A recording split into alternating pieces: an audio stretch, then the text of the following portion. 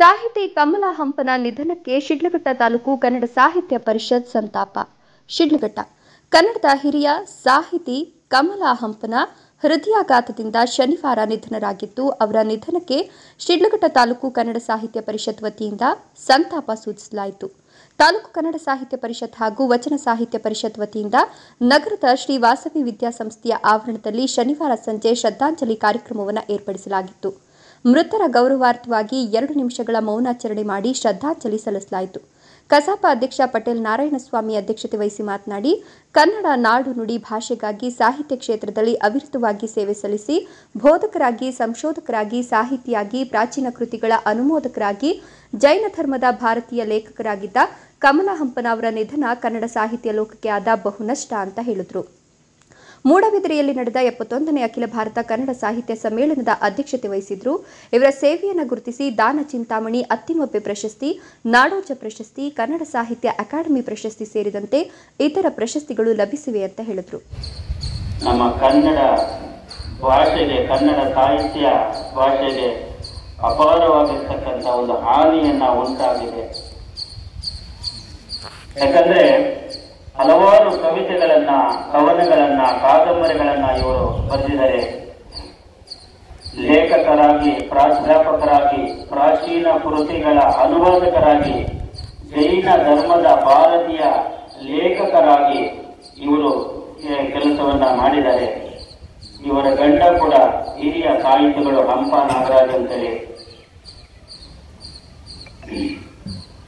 71ನೇ ಕನ್ನಡ ಸಾಹಿತ್ಯ ಪರಿಷತ್ ಮೂಡುಬಿದಿರೆಯಲ್ಲಿ ನಡೆದಾಗ ಅದರ ಅಧ್ಯಕ್ಷತೆಯನ್ನ ಇವರು ವಹಿಸಿದ್ರು. ಇವರ ಸೇವೆಯನ್ನ ಗುರುತಿಸಿ ಅನೇಕ ಪ್ರಶಸ್ತಿಗಳು ಬಂದಿದೆ.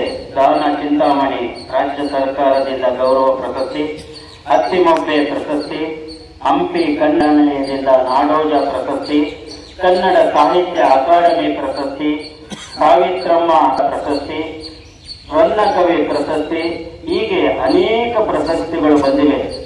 ಯಾಕೆ ಈ ಪ್ರಶಸ್ತಿಗಳು ಬಂತು ಅಂತಂದ್ರೆ ಇವರ ಒಂದು ಸೇವೆ ಗುರುತಿಸಿ ಇವರಿಗೆ ಕೊಟ್ಟಿರ್ತಕ್ಕಂಥ ಒಂದು ಪ್ರಶಸ್ತಿಗಳು.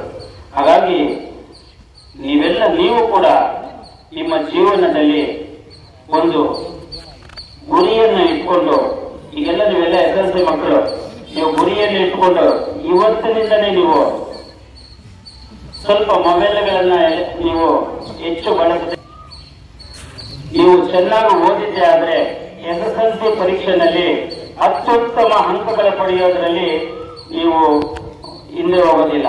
ಕಸಾಪ ಮಾಜಿ ಅಧ್ಯಕ್ಷ ರೂಪಶ್ರೀ ರಮೇಶ್ ಮಾತನಾಡಿ, ಸಾಹಿತಿ ಕಮಲಾ ಹಂಪನ ಸಾಹಿತ್ಯ ಲೋಕಕ್ಕೆ ನೀಡಿದ ಕೊಡುಗೆ ಅಪಾರ.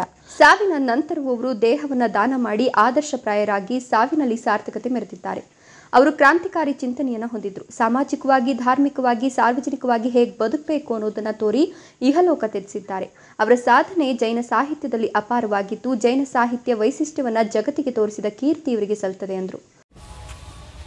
ಕನ್ನಡ ಸಾಹಿತ್ಯ ಕ್ಷೇತ್ರದಲ್ಲಿ ಅತ್ಯಂತ ಕಡಿಮೆ ಸಂಖ್ಯೆಯಲ್ಲಿರುವ ಮಹಿಳೆಯರಲ್ಲಿ ಲೇಖಕಿಯಾಗಿ, ಸಂಶೋಧಕಿಯಾಗಿ ಕಮಲಾ ಹಂಪನವರು ಕನ್ನಡದ ಸೇವೆ ಮಾಡಿದ್ದಾರೆ.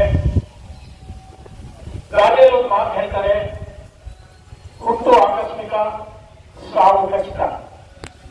ಆದ್ರೆ ನಾವು ಎಲ್ಲಿ ಹೋಗ್ತೀವಿ, ಯಾವ ಧರ್ಮದಲ್ಲಿ ಹೋಗ್ತೀವಿ, ಯಾವ ಜಾತಿಯಲ್ಲಿ ಹೋಗ್ತೀವಿ, ಅದು ಯಾರಿಗೂ ಗೊತ್ತಾಗಿರೋದು ಆಕಸ್ಮಿಕ.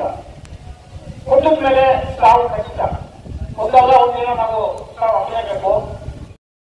ಲೇಖಕಿಯಾದಂತಹ MJ ತ್ರಿವೇಣಿ, ಆರ್ಯಪ್ಪ ಪಟಾಗಿ, ಇವರೆಲ್ಲರೂ ಕೇವಲ ಸಾಹಿತಿಗಳಷ್ಟೇ. ಆದರೆ ಕಮಲಾ ಹಂಪನವರ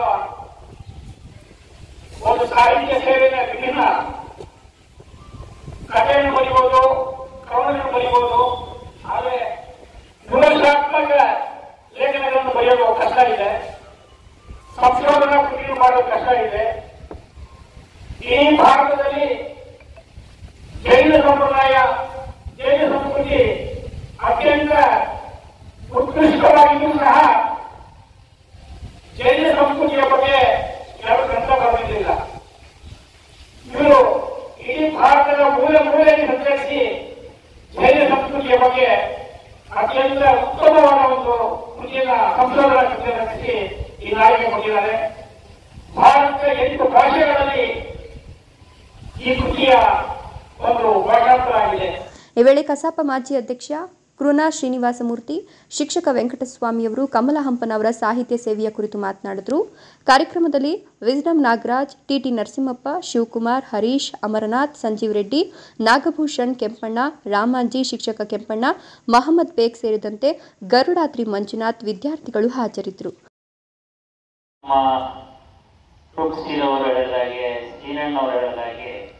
ಬಹಳ ಸರಳ ಜೀವಿಗಳು ಅಂತ ಹೇಳೋದಕ್ಕೆ ನಾನು ಇಷ್ಟಪಡ್ತೀನಿ. ಅವರ ಒಂದು ಆದರ್ಶ ಗುಣಗಳನ್ನು ಹೆಣ್ಮಕ್ಳು ಅಳವಡಿಸ್ಕೊಂಡು ಮುಂದೆ ಇರ್ತಕ್ಕಂಥ ಶಿಕ್ಷಕಿಯರು ಅವರ ಬಗ್ಗೆ ಮಕ್ಕಳಲ್ಲಿ ಅವರ ಒಂದು ಗುಣಗಳನ್ನು ಮೈಗೂಡಿಸ್ಕೊಳ್ಳಲು ಹೇಳಬೇಕು ಅಂತ ಹೇಳ್ತಾ ಅವಕಾಶಕ್ಕಾಗಿ ವಂದಿಸಿ ಎಲ್ರಿಗೂ ನಮಸ್ಕಾರ ಮಾಡ್ತಾ ಮುಂದಿನ ಒಂದು ನಡವಳಿಕೆಯನ್ನ ನಮ್ಮ ಶಿವಕುಮಾರ್ ಅವರು ನಡೆಸ್ಕೊಡ್ಬೇಕು.